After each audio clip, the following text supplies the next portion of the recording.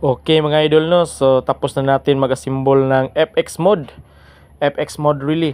So ganito yan mga idol oh, pagkatapos natin mag-assemble ato dayon ning gibutangan og kuan mga idol o glue stick para iwas mga idol no sa pagkatanggal ng mga sulda, tapos yung mga kuan idol di sad magkadikit-dikit. So ganito yan mga idol para safety, the same time matagal masira yung kuan mga idol, yung fix mode mga idol. So ito mga idol pagkatapos natin masulda ng maayos, linagyan natin ng glue stick. Tapos mga idol, pag na-assemble na natin to sa pag nalagay na natin to sa motor mga idol, balutan natin ng electrical tape. So ana lang mga idol no, ang pagtira sa FX mode with auto off hazard mga idol. Sa mga mahilig mga idol ng mga setup na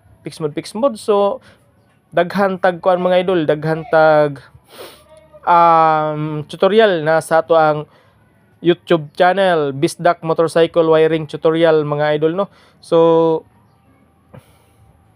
may tayo doon mga idol, natay mga instruction doon mga idol kung unsaon pag set up, unsaon pagkabit ang FX mode with auto off hazard sa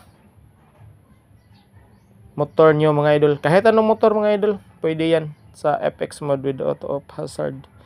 So sa wire mga idol, wire gamitin nyo, depende na kayo kung mag color coding kayo or hindi.